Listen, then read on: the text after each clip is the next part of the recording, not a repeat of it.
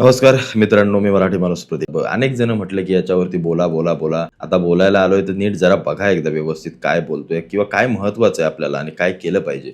सध्या हल्ली काय झालं माहितीये का तुम्हाला? एक गोष्ट सांगू का?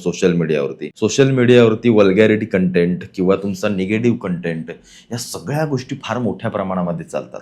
आता आम्ही जे पोटतिडकीने काही सांगतो ना, याच्यामध्ये कोणाला ऐकायचा रस नाहीये. ते काय त्या आम्ही काय बोलतोय कोणी ऐकत नाही. त्यामुळे आमच्या व्हिडिओजना जर मी व्ह्यूज वगैरे बघाल ना, तर ते किती अगदी क्षुल्लक व्ह्यूज असतात, कारण या गोष्टीमध्ये कुणाला इंटरेस्ट नाहीये. त्याच्यामुळे तुम्ही जेव्हा म्हणता ना की कसं काय तुम्ही हिंदुत्वापासून बाजूला निघाला, चांगल्या गोष्टींपासून बाजूला निघाला, तर ते निघावं लागतं. कारण कुठे ना कुठेतरी आम्ही पण या सगळ्या गोष्टींवरती अवलंबून आहोत. त्याचं कारण असं की पाहणारी लोक आज तशा पद्धतीची राहिली नाहीयेत. तुम्ही जर पूर्वीचा काळ पाहिलात तर पूर्वीच्या काळामध्ये शास्त्र संगीत असो, नाटक असो, तुमची बाकी सगळ्या चांगल्या चांगल्या गोष्टी असो, हे पाहण्यासाठी लोक आवर्जून जात होते. आजच्या पिढीला ते नकोय. आजच्या पिढीला कोणता चित्रपट आहे जो बोल्ड आहे, ज्याच्यामध्ये कुठला तरी घाणेरडा सीन आहे, एखादी केमिस्ट्री आहे, एखादी कुठली गोष्ट आहे, या सगळ्या गोष्टी पाहण्यासाठी आजची तरुण अगदी तडफडून जातात अगदी. आणि त्याचं कारण तुम्ही मुलाला ज्या शाळेत टाकताय ना, त्या शाळेपासून त्या सगळ्या गोष्टी सुरुवात होते. मी तुम्हाला व्यवस्थित सांगतो जरा काय नक्की होतं ते. तुम्ही पालक आहेत, तुम्हाला पण माहिती असेल. तुमचा मुलगा 4थी-5वी पर्यंत ठीक आहे, काय एवढं त्यांना लहान वयात काही कळत नसतो, पण आजकालच्या मुलांना कळायला लागलंय. पण जशी 5वी संपते, 5वी संपल्यानंतर एखादा मित्र त्याला भेटतो. एखादा मित्र भेटल्यानंतर आजकाल काय झालं माहितीये का? आजकाल लहान लहान मुलं देखील फोनाशिवाय राहत नाहीत. 3-3, 4-4 वर्षाच्या मुलांना अगदी व्यवस्थित कळतं कोणतं युट्यूब आहे, त्याच्यामध्ये काय बघायचंय, त्याच्यातून बाहेर कसं पडायचंय, गेम कसा चालू करायचा, तो कसा हे करायचा आहे. त्यामुळे आजची पिढी अत्यंत पुढच्या लेवलला किंवा नेक्स्ट लेवलला जाऊन पोहोचते. त्याच्यामुळे फोनाचा वावर सतत त्यांच्यामध्ये असतो. आणि ज्या वेळेला ते एखादं इंस्टाग्राम सारखं, एखादं युट्यूब सारखं ॲप किंवा प्लॅटफॉर्म जेव्हा यूज करत असतात, तेव्हा ते स्क्रोल करत असताना त्याच्यामध्ये काही सगळ्याच गोष्टी चांगल्या येत नाहीत. त्या 100 व्हिडिओमध्ये 2 ते 3 व्हिडिओ ह्या वल्गॅरिटीच्या येतात, घाणेरडा कंटेंट येतो. आणि मग तिथं आल्यानंतर ते बघत बसतात, थांबतात. त्यांना दिसतं की हे काहीतरी वेगळं आहे. इथं आपल्याला हे खेळून राहतोय आपण याच्यावरती. आणि जेव्हा तुमचा मुलगा ती एखादी व्हिडिओ शेवटपर्यंत पाहतो, तेव्हा त्या अल्गोरिदमला असं वाटतं की ही व्हिडिओ त्या व्ह्यूअर्सला आवडले, म्हणून त्याच व्हिडिओ त्याला सरळ रँडमली येत जातात. मी हे व्यवस्थित अभ्यास करून तुम्हाला सांगतोय. मी कुठल्याही तोंडाचे बाता माझ्या ठोकत नाहीये. आणि मग हे झाल्यानंतर ऐका, या पुढचा विषय येऊया महत्वाचा, पण हे तुम्हाला मी सांगतोय त्याच्या आधीचं कारण मी तुम्हाला या सगळ्या गोष्टी सांगतोय. मग तो वल्गॅरिटी कंटेंट तो पाहायला लागतो. शाळेत जातो, कॉलेजला जातो, तिथं मित्रांमध्ये चर्चा होते, हातात फोन आलेत, मग ते सर्च करा, ते बघा. निर्वस्त्र स्त्रिया बघा किंवा मुलींचं असेल तर मुलांविषयी होत असलेल्या गोष्टी बघा. या सगळ्या गोष्टी आताच्या शाळांमध्ये आणि कॉलेजांमध्ये सर्रास सुरू आहेत. त्याच्यामुळं तुम्ही जरी म्हणत असाल की आम्ही आमच्या मुलांना घरांमध्ये चांगले संस्कार देतो, पण घराच्या उंबरठ्याच्या बाहेर गेल्यानंतर तो जेव्हा मित्रांमध्ये बसतो, शाळेमध्ये जातो, कॉलेजमध्ये जातो, तिथं नक्की काय घडतंय, या सगळ्या गोष्टी सध्या आपल्याला विचार करण्यासारख्या आहेत.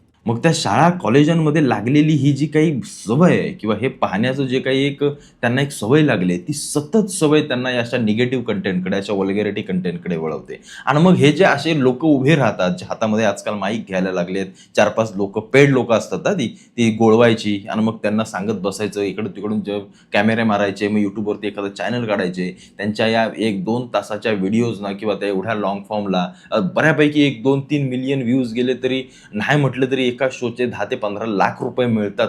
सोपी गोष्ट नाही. युट्यूब ही खूप मोठी पॉवर आहे. पण कोणाला? ज्यांना व्ह्यूज जातात, मिलियनमध्ये व्ह्यूज जातात त्यांच्यासाठी. मिलियनच्या खाली व्ह्यूजवाल्यांना युट्यूब हे क्षेत्र नाहीये बाबांनो, इकडे येऊ नका. मी स्वतः माझा 7 ते 8 वर्षांचा एक्सपिरियन्स घेऊन तुम्हाला सांगतोय.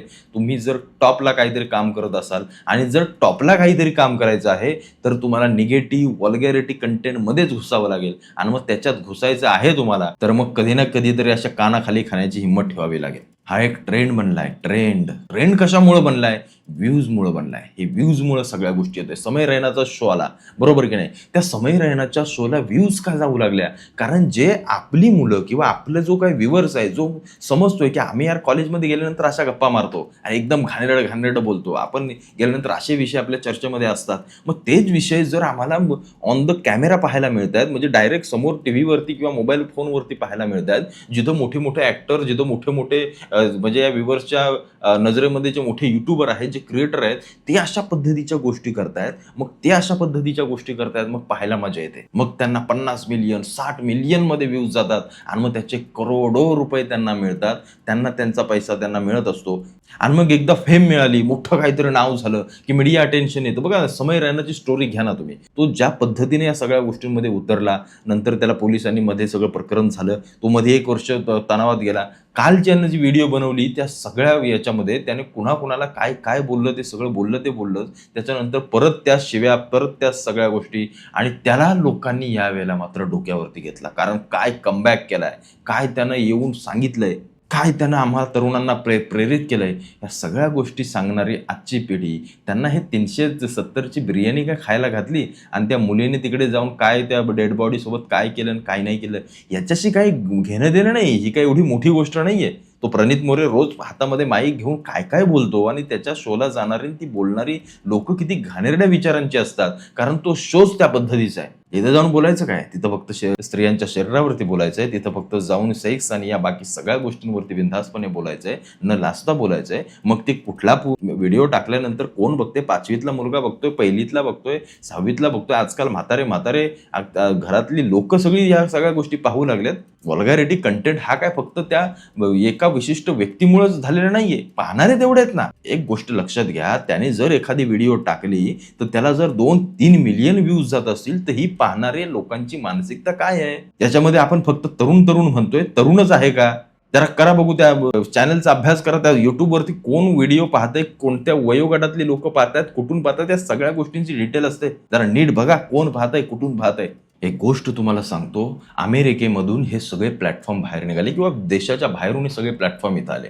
स्वतः जे काही यूट्यूबचे सीईओ असतील, फेसबुकचे सीईओ असतील, इंस्टाग्राम, ही सगळी जी काही लोक आहेत, इंस्टाग्राम मेटाचंच ॲप आहे, या सगळ्या लोकांना एका भर सभेमध्ये एका मोठ्या अधिकाऱ्याने, एका मोठ्या मंत्र्याने प्रश्न केला होता की तुम्ही तुमच्या ॲप्सवरून वल्गॅरिटी या सगळ्या गोष्टी कधी काढणार. हे सगळं केल्यानंतर या लोकांची बोलती बंद झाली होती. तुम्ही ती बातमी ऐकली असेल की नाही मला माहित नाहीये, पण ही गोष्ट घडली होती. आणि त्यावेळेला त्यांना समजेनाच आता काय सांगायचं, पण त्यांनी सांगितलं की आम्ही ते करू. पण त्यांनी जसं या सगळ्या गोष्टी सांगितल्यानंतर ज्या काही पॉलिसीज, आज कंटेंट पॉलिसीज वगैरे येतात, त्या पॉलिसींकडे भारतामध्ये जाणून बुजून कानाडोळा केला जातो. एक गोष्ट लक्षात ठेवा.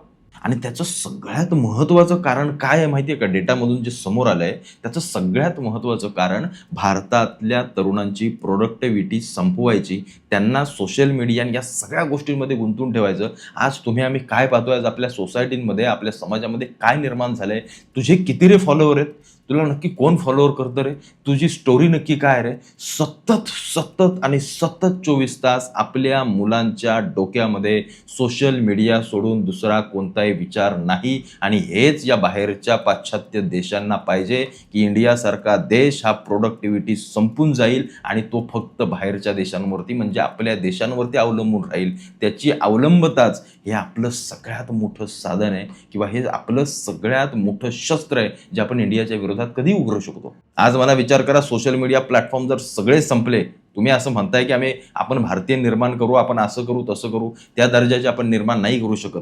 भले आपण जरी केले ना तरी आपण त्यांच्या लेवलला जाऊ शकत नाही. एक गोष्ट लक्षात ठेवा, आज आपली प्रोडक्टिव्हिटी आपण पूर्णपणे संपून टाकली. आज आपला तरुण काय बघतोय, प्रणित मोरेचा शो, समय रैनाचा शो बघण्यात त्यांना फार मोठं काहीतरी वाटतंय. आजचे जेन्झी तरुण जे आपण म्हणतोय ना, त्यांना आयुष्यात काय बनायचं त्याच्यापेक्षा यांना लव, सेक्स आणि या सगळ्या गोष्टींविषयी जी काही कुतूहलता जी काय आहे ना, त्यांना जे काय वाटतंय ना ते हवंसं, हे आपण आपला समाज तयार करून देतो. एवढं लक्षात ठेवा. आज मुलींचे असणारे घाणेरडे कपडे, चित्र विचित्र कपडे असणं, मुलांना पार्ट्यांसाठी जाणून देणं. कारण एक गोष्ट लक्षात घ्या, तुमची मुलं जेव्हा म्हणतात ना आम्ही कॉलेजमधून फिरायला जातोय, आम्ही गोव्याला जातोय, इकडे जातोय, तिकडे जातोय, तिकडे जाऊन ते काय भजन करत नाहीत, तिकडे जाऊन ते काय करत नाहीये, तिकडे जाऊन ते जे करायचे ते बरोबर करून येतात. लोकांना किंवा आपल्या मुलांना तुम्ही एक साधी गोष्ट घ्या, तुमच्या वेळेला नक्की कसं होतं, काय होतं आपल्या वेळेला.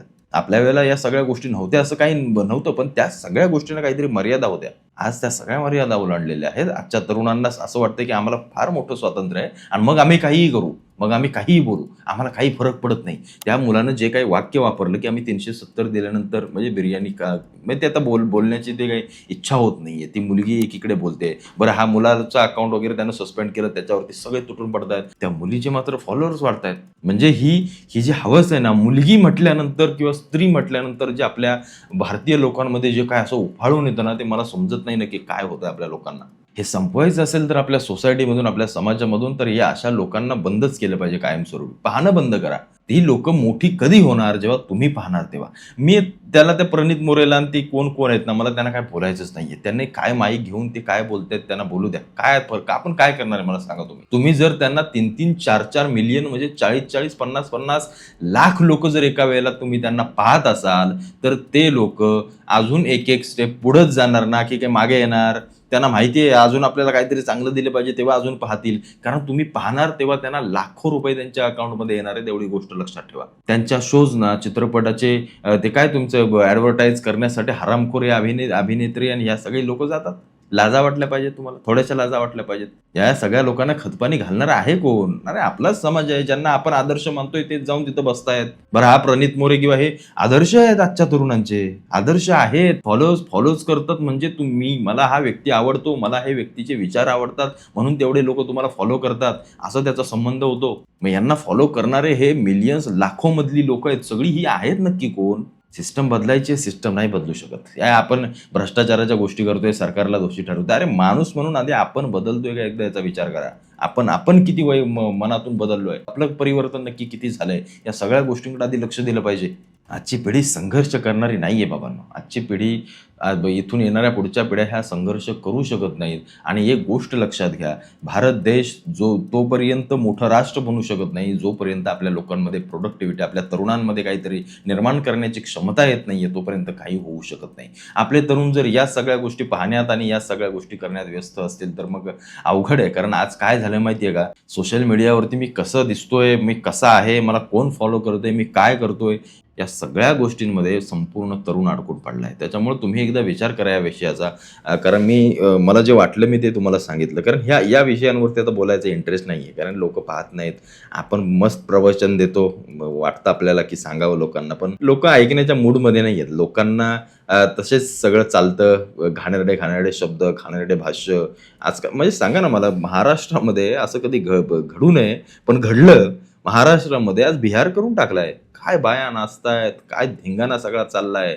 बरं, यांना बोलवणारी सगळी म्हातारी कोतारी लोक, ही सगळी तुमच्या यात्रा कमिटीवर असणारे, तुमच्या मंडळांवरती असणारे, यांना मोठी खाज आहे या सगळ्या बाया बघायची. कारण काय मजा करायची आयुष्यात, आपण केलेच काय दुसरं. महाराष्ट्र आज विकला गेला, तो असाच मजा करून बायांच्या नादात विकला गेला. पैशाच्या बंडल नोटींच्या उडवून टाकल्या बायांवरती. आणि असे भिकारी झालेली आपली सगळी लोक.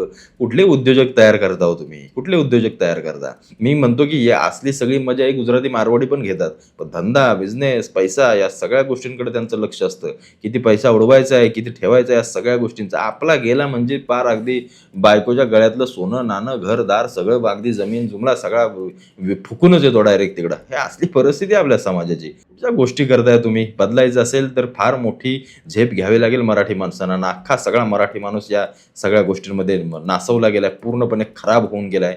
आपले तरुण काय पुढे येऊन करणार आहेत, जरा बघा, विचार करा एकदा तुम्ही. कारण ही लोक, या लोकांना पाहण्यासाठी जे आपले तरुण खाली तासन तास नजरा लावून बसलेत ना, हे तरुण काय भविष्यात करणार आहेत? 20-25-30 हजाराची नोकरी नाही, कुठं चायचं दुकान नाही तर कुठं एखादं चिकन मटनचं हॉटेल. ह्याच्या व्यतिरिक्त आपण काय करणार आहोत मला सांगा तुम्ही फक्त एकदा. अदानी अंबानी बनणं आपल्या मराठी तरुणांमध्ये कुठेही 1% कुठं दिसत नाही. 1% कुठं दिसत नाही. त्यांना असं वाटत नाही की मौज मजा, म्हणजे त्यांच्याकडे लाखो करोडो रुपये आहेत, म्हणजे अब्जावधी रुपये आहेत. त्यांना जर असं वाटलं तर ते कुठेही काहीही करू शकतात.